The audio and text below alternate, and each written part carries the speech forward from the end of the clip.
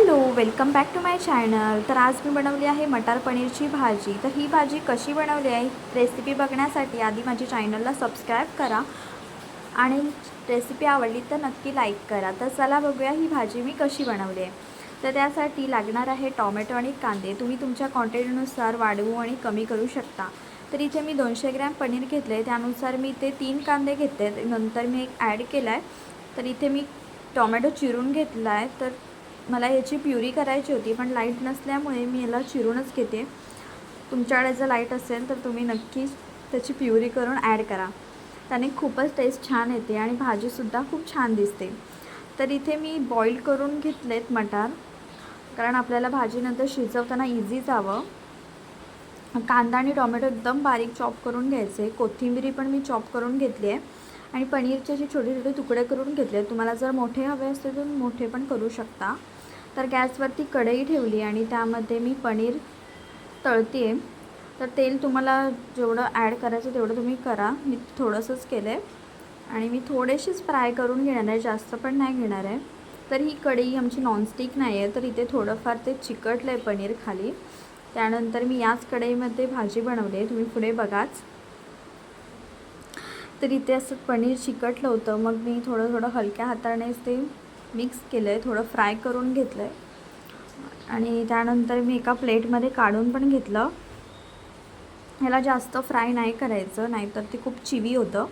तर मी थोडीशी कढई क्लीन केली आणि त्यानंतर त्याच तेलामध्ये मी ॲड केलं जिरं आणि त्यानंतर कांदा. जिरं आणि कांदा एकदम छान फ्राय करून घ्यायचं आहे. तर इथे तेल थोडं कमी पडलं होतं म्हणून मी ॲड केलं आहे थोडं तेल. आणि ही जास्त मी तेलकट भाजी नाही केली आहे, सो थोडंच तेलामध्ये बनवले. त्यानंतर इथे मी टोमॅटो ॲड केला आहे. इथे थोडे बेसिक मसाले ॲड केले आहेत, म्हणजेच हळद, तिखट, कांदा लसूण मसाला, धणे, बडीशेप आणि जिरं याची पावडर. तर ही चांगली मिक्स करून घ्यायची आहे. त्यामध्ये आपण थोडंसं पाणी घालून हा आपला मसाला आहे जो एकदम शिजवून घ्यायचा आहे.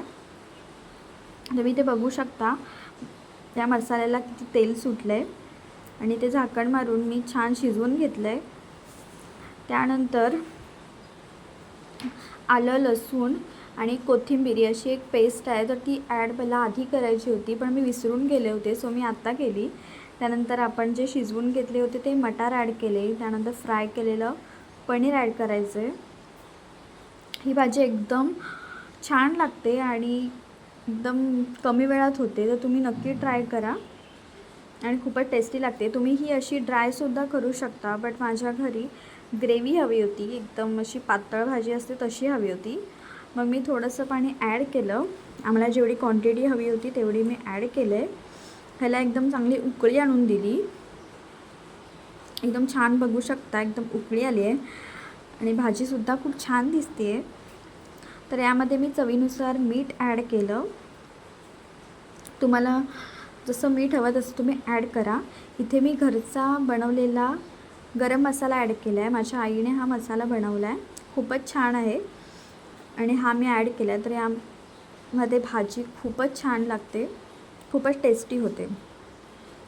इथे मी कोथिंबीर ॲड केली आहे, तुमच्याकडे असेल तर तुम्ही नक्की टाका. भाजी खूप छानही दिसते आणि खूप छानही लागते.